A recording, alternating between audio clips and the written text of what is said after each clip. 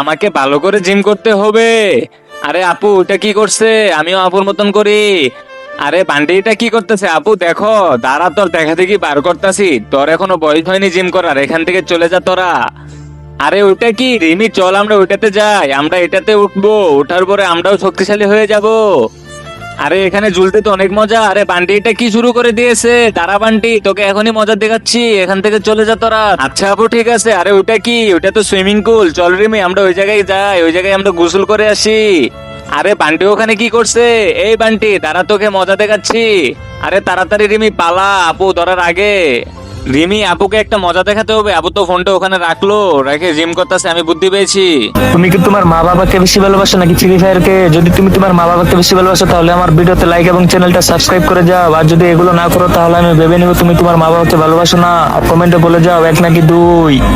রিমি লুকিয়ে লুকিয়ে আমার সাথে সাথে আসলো, আপুর ফোনটা এখানে রেখে দিলাম। আরে বান্টি ওইটা কি করছিস? ফোনটা তো ভেঙে যাবে। আরে ফোনটা দিয়ে যা আপু, তুমি এখানে থাকো, আমরা চলে যাই। আরে ফোনটা দিয়ে যা রে।